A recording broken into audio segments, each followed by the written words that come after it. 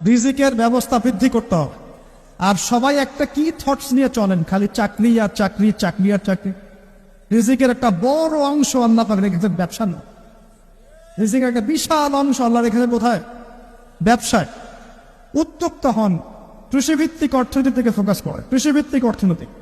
আপনি প্রতিভা ঘটান, ইনোভেটিভ কিছু করেন, নতুনত্ব নিয়ে আসেন, আল্লাহর জমিনকে কাজে লাগান। একটা আয়াত বলি সূরা আওয়াফের মধ্যে আল্লাহ বলেছেন, আল্লাহ পাক বলছেন যদি এই জনপদের অধিবাসীরা আল্লাহর প্রতি ইমানদার হতো, আল্লাহ পাক আসমান এবং জমিনের বরকতের সব দরজা খুলে দিতেন।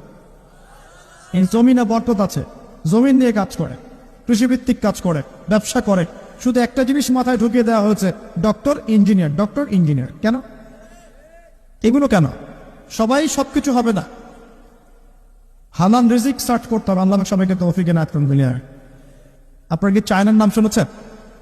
চায়নার নাম শোনেন নাই? আজকে থেকে 40 বছর আগে চায়নাতে দারিদ্র্যের হার কত ছিল জানেন? 69%। কত পার্সেন্ট? প্রায় 69 থেকে 70% মানুষ দারিদ্র্য সীমার নিচে ছিল। আজকে এই 2022 সালে ওদের দারিদ্র্যের হার কত জানে? 1%-এরও কম। এবং তাদের পুরো জনসংখ্যার প্রায় 80 কোটি মানুষকে তারা জনশক্তিতে পরিণত করেছে। ওরা মানুষের সংখ্যা কমায় নাই, ওরা বলে নাই যে একটা বাচ্চা নেন।